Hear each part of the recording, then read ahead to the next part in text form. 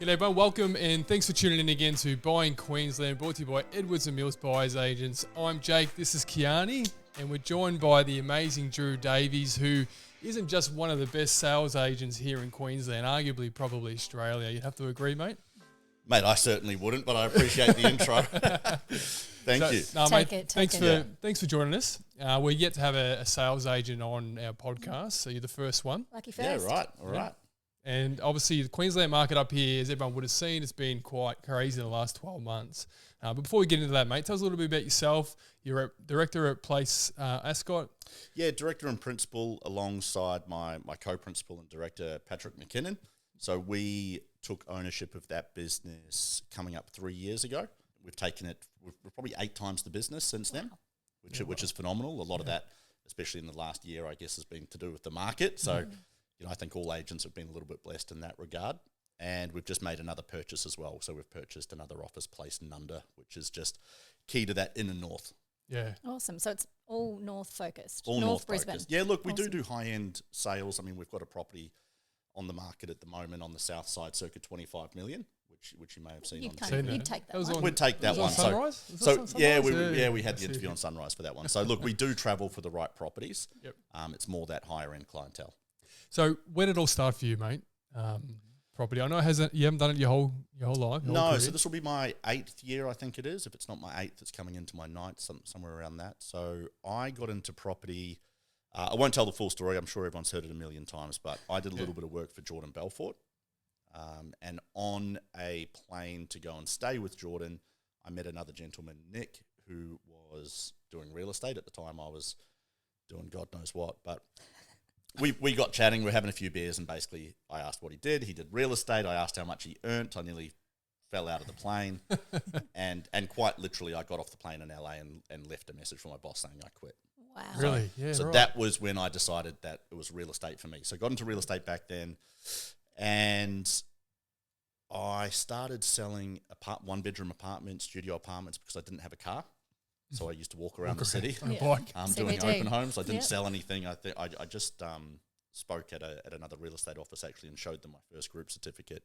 It was $35,784 in my first year in real estate. So it's not all... You've etched that into your brain, Yeah, haven't you? you hear so many stories that, $1 million in their first year, and I sit there going... Yeah, I must suck. Bullshit. Yeah, well, and if it's not bullshit, they're certainly a lot better than I am. But it was a longer path for me to get to where I am. So that story, how you jumped off the plane, called your boss and quit, that's literally like the Wolf of Wall Street story. We laugh about that because I actually told Jordan when we got to his house, that was one of the first stories so we laugh about that all the time. That's fantastic. You obviously had a big passion for it, even though you hadn't worked in the industry, making the leap. I don't know. I think I just had a passion for hungry? money. I'd never had any Right, my whole life. There you go. I love the honesty. It's great. Speaking frankly, I'd never, I didn't grow up with a lot of wealth around me or around my family. So when I found out how lucrative it could be, that really excited me.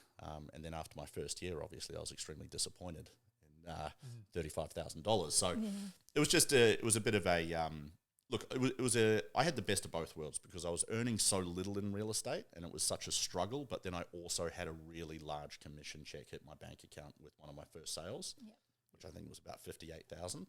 Yeah, right. So I had the pain and then I had the pleasure. And to me, that was just, I've never gotten over that since. That's just kept me on the on the burner. On the roundabout ever since. So they always say never forget your first. Tell us about the first property, mate, that you sold. Well, the first property I ever listed took me 900 days to sell. So let's not talk about that one. Okay, let's maybe put that one on the back burner for another time. Yeah, we'll forget about that. We can edit that one out. Look, probably the better story is the second property I sold because the first one was in a building. It was a little 2-bedroom apartment, and it had no city views. But I knew the apartment next door to it had phenomenal, full-blown city views. So I used to drop a little letter under their door every time I'd leave my open home, just saying, "Hey, I had X amount of people through the open home. If you ever think of selling, please let me know." And then one day she rang me and just said, "Look, do you want to come over?" I came over, ended up listing the property, and I sold it through Instagram. So awesome. When I say sold it through Instagram, this is back in 2015, Yeah, 2014, 15. Okay, yeah. When I say sold it through Instagram, it was a lady, an Australian lady in Abu Dhabi who was following my Instagram, saw it, and then went back through realestate.com. Okay. But as it turned out, that's where she originally saw it, was on my Instagram. So That's incredible. I sold that property to that lady, and then the sellers of that apartment then said, you need to go speak to my daughter. She's got a big home on Hamilton Hill. So that was the one that started my career. So that got me into Hamilton, Ascot, Clayfield, which is where I have the office now. Yeah, great. Because I was going to ask, where did the drive come from after getting a paycheck of 35 grand? Yeah. Going, what the hell have I just done? Yeah. The drive, paychecks. Yeah, well, yeah, paycheck. Look, I do love what I do, you know, because it gets to the point where you no longer think about the money. And I know that's, I guess, a lot of real estate agents say, well, that's a pretty lucky place to be in. But I did put myself in that position. It does get to the point where you do what you do day in, day out, and you genuinely enjoy it. That doesn't become what drives you. Then you start getting into the people side of things. And that probably happened 4 or 5 years ago. What? So now you are as an agent. What drives you today? Probably my staff more than anything. I really enjoy, you know, being able, especially, you know, I've got a right-hand man, Carter, and my EA, Olivia, who that's my personal team. So I have one co-agent and an EA. And just, I guess, seeing their progression and what they've been able to do with their own lives in a short amount of time. They've both been with me 4 years. That's super exciting. And then amplifying that, we've got, 24 staff in our office at the moment. With the new office, we'll probably end up being closer to 40. So, you know, being able to offer those staff and put them on the right path or be able to amplify their success, that's a pretty cool thing. So my goals themselves have changed a lot, I guess, in the last couple of years. And there's something really humbling. You've been there. You've done it. Like, how else do you motivate, mentor and inspire staff than having done it yourself? So you've done all of those things. And you see it every day, you know, people losing listings or they don't even have a listing or that, you know, that you see them really prospecting hard and still not getting anything. And it's always easy to think, well, I'm doing something wrong, but sometimes it's just pure resilience, you know, and it's, you have to sit people down and talk them through your journey for them to understand that it's normal. It's just time and seat and doing the activity. It's a hard slog. Yeah, look, it's not easy at the start, you know, and once the plane's off the runway, it becomes a little bit easier. Momentum. But getting that plane off the runway can take 2-3 years, you know, properly. Yeah, take us back to that hustling stage for you. Can you remember those days knocking on doors, making calls, flicking letters under doors? What was the most creative thing that you did to get a listing? I've done a few things, but some of them probably aren't worth talking about. PG. Yeah. Look, a lot of things, like quite embarrassing in a funny, good way when I think back. But I remember I've got one ex-housemate who rips on me all the time because I'd stay up late at night writing handwritten cards, you know. I'd buy black envelopes and the silver pen and think that was really, you know, to the homeowner. And, you know, I'd do that every single night. You know, I'd knock out 50 of these things and go drop them myself in the morning. Or Brian, my wife, would go run around at night doing them before dinner. That's gorgeous. So we used to do that 3-4 times a week. So nothing out of the box. I mean, social media marketing was out of the box at the time. So and that's where a lot of my time and energy went through no other reason than pure necessity because I had no money. So for me, that was like guerrilla marketing tactics, you know, Instagram, Facebook, LinkedIn. I was doing all that way back in 2014. And that's when I got the majority of my traction. That's when I built the majority of my audience through Instagram as well. I mean, if you've been following my career, I've probably only had 10% growth in the last 3 years, you know, because it's so much harder unless you pay to play. Competition-wise, yeah. Well, Instagram is obviously a great vehicle in that, and you guys do it really well. But just touch us quickly on your business partner, Patrick, the relationship you have with him, how you met him, and you guys working together now. You have such a great dynamic that I've seen in person, but also online. Look, partnerships are they are most destined to fail out of any business setup you can have, right? So you've got to make sure that it's set in stone from the start. We're not failing. But communication is everything, right? Of course it is. As you can see. The biggest thing was my reluctance to join the business was Pat himself because we were so different. So it took him 12 months to get me on board. Yeah, wow. And a mentor of mine was the one who basically pushed me over the edge. He said, look, your reluctance here is probably the reason you should be joining him because if you're getting into bed with someone who's got the same skill set, the same personality that you bring to the table, what are you doing for? You're just splitting half the profit for nothing. Too. So that's why I jumped in, and it's just worked a treat ever since. So, I mean, we're on the phone probably 5 times a day. We meet 3 times a day. We're best friends without being best friends. You know, we don't work in the same circle, so we bring 2 different clientele groups to the table, which is why a lot of our clients love us, especially going on the same listing. You know, 2 directors, 2 very different circles influence. Potential buyers, Works really well. But, a lot of people call, I'm bad dad, he's good mum. Or, he's the accelerator, I'm the handbrake. He's the yes man, I'm the no man. Basically, Pat has a severe disregard for money. He loves spending it, and he loves growth. And I've just got a little bit more of an eye on the bottom line. Yeah. So if you described a little bit their personalities and that, but you described a little bit more. So who is Patrick, type of person he is? And look, Pat's got an energy you can't replicate, and I mean that in the most genuine way. I've never seen anyone who can walk into a room, and when he shines his light on you, it feels like you're the only person in that room, and that's a really special gift. Yeah. And he's got an innate ability to talk me into anything, which not a lot of people do. People struggle to talk. Like, we own 2 racehorses now. Yeah. An apartment. Like, he's just, mind you, he probably puts 10 ideas on my plate a day, and I say no to 9.9 of them. Just a couple get through to the keeper if he's got a couple beers in me. That's when the magic happens. That's happening. Yeah. And yourself as an agent, how would you describe your approach? Look, I think, and again, coming back to Pat, with he's loosened me up a little bit, and I've probably given him a little bit more, I don't know, sensibility maybe. So look, I'm just always in the office, right? I love what I do. I'm in there early. I'm usually there late. And it's just a huge part of my life. I don't view it as work and then home life. And Brian knows that. My kids know that. It's just all in one. If I'm at home, I'm on the phone. Yeah. If I'm at work, they're in the office. Like, it's all one and the same for me. Yeah. So important. Well, it is, and balance. I think that's probably been highlighted even more so the last 12 months with the market up here in Queensland. If you were to go back before that kind of rise we've had up here, what was it like leading up to that? And then describe to me from a sales agent's point of view, one of the best in Queensland, what it's been for you the last 12 months. It was just really good timing, to be honest, because even before the market pushed around that COVID time, we were really taking hold of market share. So that was just like strapping a turbocharger on the sports car already. It was, as it sits at the moment, we're number 1 in Hamilton, number 1 in Ascot, number 2 in Clayfield, number 1 in Hendra as market share. Yep. So, when we first started and got together and when we joined the business, we were probably number 5 at best out of any of those suburbs. So incredible. It's really just been fortuitous timing, but also we took that opportunity with all the hard work we'd done prior. Definitely. Yep. I mean, again, the last 12 months up here in Queensland, it's been crazy, hasn't it? It's unprecedented. It's been wild. I mean, there was a time, especially in sort of October, November last year, like ludicrous. November last year, I sold 5 properties, all sight unseen, to 5 different Melbourne buyers. Yeah, all of them over $2 million.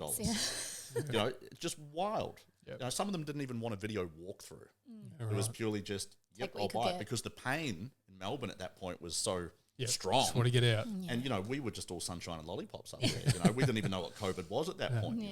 So that heat's gone. We're not seeing that anymore because a lot of these interstate buyers are wanting to come up here, experience it. Then they get here, they want to go to the beach. Yeah. And then they say they're coming back at Easter. And then they want to rent for a year. So a lot of those buyers have disappeared. But what it has done has spurred on the local market. So now we've got a lot of those local families who maybe a year ago were sitting around saying, it's crazy, it's all just the interstaters. Yeah. Now they've upped their game as well, because they understand unless they pay the money, they're not getting the house they want. We're not going to go backwards here. No, and I guess that's a good point to raise. Now we are in a bit of a levelling out phase. Yep.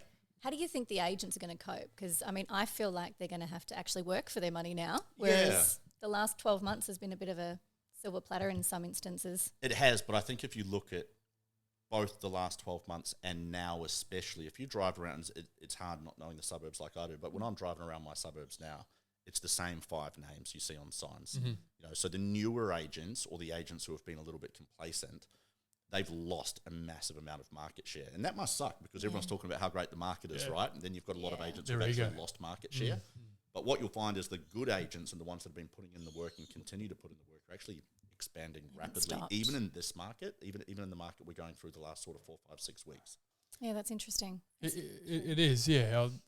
From a buyer's side of things, being, again, interstaters, we both moved up from Victoria. We were those crazy people. Yeah, we were, as they call us, Mexicans, coming up. So essentially what the first thing that I noticed, looking around properties and getting out, is that Queensland's been undervalued for so long. You got these interstaters that have had spending $1 million to $2 million on property has been the norm for so long in Sydney and Melbourne. So coming up here, buying properties, big bits of land, new builds, closer to the beach, lifestyle, it makes complete sense to me why people were buying sight unseen and absolutely value for money. It was here. It's an interesting term, undervalued, right? Because at the end of the day, value is driven by demand. Yep. So it's a hard thing to sort of quantify, but I guess what it does show is that now that you've opened the doors to Brisbane and people have taken that first bite of the cherry, it's just been a snowball effect really quickly. Yep. And I think they had, we're a long way off people going, we're overvalued. I don't see that happening, especially in the suburbs I work in. No. If anything, I'm still seeing the opposite. And that's why prices are still marching on. Yeah. I feel like also too, Queensland in comparison to your Melbourne and your Sydney, it's been a little slower to the finish line. So now it's kind of picking up at a pace that is a little bit more in line with the growth that we see in our bigger two states when it comes to property. Queensland is a ginormous state, but we're seeing the momentum and it's almost about time. Yeah, it's a change in average sale price. It's a change in the amount of transactions happening. And that's why you've got agents who are, were ticking along doing, 1 million GCI and now all of a sudden they're on 3.5. Yeah. That a lot of don't take it away from that. There's a lot of hard work behind that, but that's just the momentum of the market as well. Yeah, absolutely. You'd mentioned before your little protege. What's his name? Carter. Again? Carter. Yep. So when you look at Carter, be careful with that term. He's actually a lot more skilled in a few areas than actually I am now. So I've got no doubt. No doubt. Yeah, no, absolutely not. But we've all, I guess, when you get to a sense where you are now with that mentoring side, you look at someone at his journey in buying. Yep. What do you see in him that you saw in yourself? Probably the same work ethic. Yep. First and foremost. The ability to take a punch, resilience, losing business time after time, especially when we were both working so closely together 3-4 years ago. And I was losing a lot of business because no one knew me in the area, so he shares a lot of those attributes. The exciting thing is, when he's now talking about buying a house, he's getting a new car, and my ability to sort of not tell him, but sort of guide him on the mistakes I made so he doesn't make them, because I made a ton. I only got into real estate at 32. He started with me when he was 19. Wow. So he's going to, his progression, he will be a superstar, on the national stage sometime before he's 30, without a doubt. Yeah. And he's got a good leader. Yeah, we'll see. I'm doing my best. For now. Yeah, I'm doing my best. So what's next for Drew Davies, mate, in the real estate space? So you just bought another office you mentioned earlier. So Pat and I just bought another office, place Nunda. So for us, just bedding that down, make sure we get that culturally right, recruitment and expansion rapidly in that office, but making sure that's all set in stone. We've done a great job doing that in Ascot. Yep. And we just need to, we're just trying to replicate that and grow at a sustainable level. Beyond that, I'm not one of these guys that has a vision board. Like, I'm just not. I never have been. And a lot of people say... You've got a zebra on your TV. I've got a zebra on my TV. I wouldn't mind one of those in the backyard. But, yeah, I don't really want for material things at the moment. There's nothing I'm really looking for. It's just making sure my staff are happy, getting them on the right track, seeing them build their own sort of success, whatever that may look like. People are hard, aren't they? It's the hardest thing. Yeah, it's really hard. is. It's culture creating, but it's finding... And I guess you've done that really well with your EA and with Carter, they've seen you go through it. Yeah. And they've mirrored in some elements. Obviously, they'll have their own flair and way of doing it. But finding the people at the right time in their journey to come along with you in your journey, it's almost like matchmaking. It's tricky. Well, that's why it's so important we get people into our office to speak, because you're exactly right. This is the number one thing. And if you look at any successful leader in a business, they're not just standing up the front every week telling their people what to do. They're trying to inspire them. And when it comes to telling them what to do, you have to bring in exterior people, because if I sit there and try and tell someone in their first year how to prospect, that's not the best thing for me to do, because when was the last time I sat down and prospected at a desk like that I would in my first year? Well, that was 8 years ago. So they're better to speak to someone in their second or third year who's done it successfully. On the ground. So you've just got to be telling the right things to the right people. Otherwise, otherwise it's hard. And I see why some new agents sit there and look at successful agents or business leaders and go, "Oh, well, it's easy for you, but I can't do that." Yeah. Well, they can. It's just it's a longer road. Yeah. And there's a very big difference between a leader and a manager. They've got different roles. They've got different responsibilities. And as you said, a leader can lead the fight, but the manager is down on the ground getting dirty with them, teaching them from the ground up. Yeah. I would say I was horrible at both. I'm serious. If I'm just Full of compliments for yourself today, aren't you? If I'm just being honest, I feel I'm progressing as a leader. I feel like I've got the right people around me to teach me a lot of those leadership skills. But if I look at, whether you classed as a manager or a leader, I was probably really bad at that. But you have to learn you have to make the mistakes to learn properly, I believe. Definitely. You can't just listen to whatever someone tells you, because then you're only ever going to end up like that person. And I've always been against that. You have to make your own mistakes. 100%. It'd be remiss of me, mate, not to talk about this Slim Aaron's print behind us. Yes. We bought a property for a client in Broadbeach Waters who had a couple of these hanging up around the home. Yep. We negotiated in the contract, which was So- a great result for the client. But there's a bit of a story behind this. There is. So my wife bought that for me, I think it was for Christmas, maybe, it was right at the start, maybe 5-6 years ago. I got it framed, hung it on the wall, took a picture and put it on my Instagram. And a gentleman who had been following me, who owns a real estate business in Palm Springs, shot me a message. He goes, I work with that lady. Oh, really? In the yellow dress. And this is an old photo, obviously, right? This is the Kaufman house, which I knew also, which is why I love the print so much, because I used to work in architecture. Yep. So the picture itself had a lot of meaning to me. And I was kind of like, I thought this dude was crazy. I'm like, he goes, no, seriously, I do. What's your number? I'll call you. And he FaceTimed me, and he wouldn't believe it. Not only was she sitting right next to him in his real estate office, she was wearing a yellow dress. As well. Oh, Yeah, shit. Nelda Linsk was her name. So I had a chat with Nelda, and then him and I kept talking. Unreal. And I let him know. I said, look, little inside secret. Wifey and I, well, she wasn't my wife at that stage, Brian and I are going to run away and get married in Vegas. He's like, well, cool, I'll come. Sure. I was like, yeah, okay. So we I need a left. best man. There was only seven friends that went with us, or 5 friends that went with us, and then we checked into the hotel and started drinking and what have you, and just knock, knock, knock, and he turns up. He's like, hey, man. That's right. Oh my goodness, And that's amazing. yeah, now we chat all the time, have done for the last 5 years. That's incredible. Yeah. I love pretty that funny. so much. Yeah, he came to the wedding, Elvis married us, it was great. Oh my goodness, I love that. And those little chapels there in Yeah. Vegas. That's probably the dream, actually. Yeah. Oh, it's definitely the I can truth. see You've me already doing done something one like wrong, that. so can we do one right, please?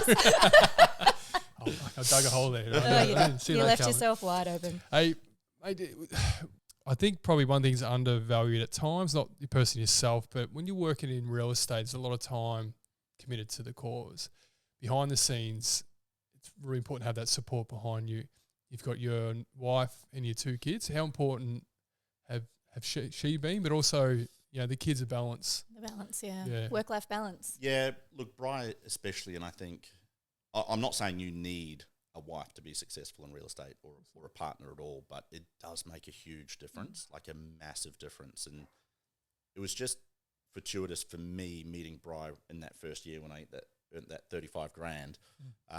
Because I told her, I was like, look, I'm going to be successful. Going You've got to get on. places. You got to get on. I was pretty much like that. Looking back, highly embarrassing, but I was like, you got to get on the bus or not, because Are you coming? Because I'm I'm not going this way, stopping. and if you're not coming, you ain't stopping Oh, me. I love that. Maybe we need to get Brian to have her yeah. side of the story. That's But fantastic. she was, and to her credit, she's never said, when are you home for dinner? Don't be late.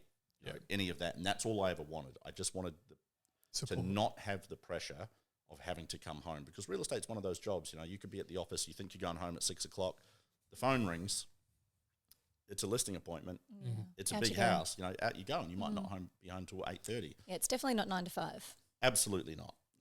So just having that flexibility, and that's afforded us the life we've had. So there's understanding on both sides, but the kids especially, I guess, have tamed me a little. But it's just the importance of downtime as well. So for me, that's just Sundays.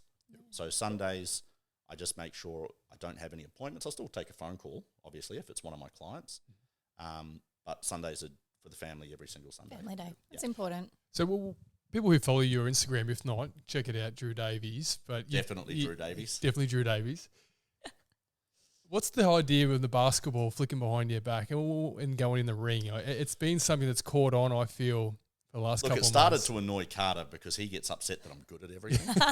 So, he thought it was just he thought I was scheming it somehow. But so it started at that, and then everyone just said it was like I was there was something It's going fake on. or It was something like fake. that. Yeah. So I was like, I'll keep even I doing question him, like, he can't keep getting this in. Yeah. This is a joke. I've got a gift. Yeah. And I've got a gift. And it's shooting a basketball in a hoop behind my head. You follow? Yeah, Drew? yeah, yeah. You Yeah. Flick it over his head. It is. and It's it incredible. goes I've in. tried it and I can't do it. Yeah. So I do not have. there's the nothing gift. more to say. It's a gift, and that's all there is to it. Final question, mate, before we let you go. What advice would you give to a new sales agent coming in at the moment? Especially in this market, what we're coming into now. I think this is the best market. Yeah, great. So my advice would be you are now entering the real estate market in the best market you could as a new agent. Because if you tried to enter this market 6 months ago and you're trying to win a listing against me or my competitors, like, it's just not happening. Yep. So now in a tougher market where, we're swinging back towards, no matter how much you want to, how you want to position it, where the buyers feel like they have more power, and listings are going to be, the time on market is going to stretch out. So you're going to see a lot of agents starting to sign jump again, and once they're out of exclusivity. And I feel that's a better market for a new agent coming in. I feel they've got the ability to learn a lot of skills that will help them long term. Whereas, 6 months ago, people were beating their head against a brick wall. There were new agents coming into the industry not being able to win a listing at all. Yeah. Whereas I feel like now at least they've got the opportunity. So it's just the same advice I give to everyone. It's not exciting, it's consistency, it's routine, and it's resilience. And hard work. That's it. The hustle. That's it. The hustle. Get you there in the end. Hey, mate, thanks for jumping on. Really appreciate it. And thank you for having us in your beautiful home. It's yeah. absolutely Pleasure. gorgeous. That's lovely. We're just a little cat And- wandering around. A lot better than the hustle and bustle of the office at the moment. So I thought it would be a lot quieter here. Yeah, it's lovely. All the best, mate, coming up. Pleasure. Hope to do some deals together in the near We future. certainly will. I feel it. And, thanks again. Awesome. Thank you both. Good on you, mate.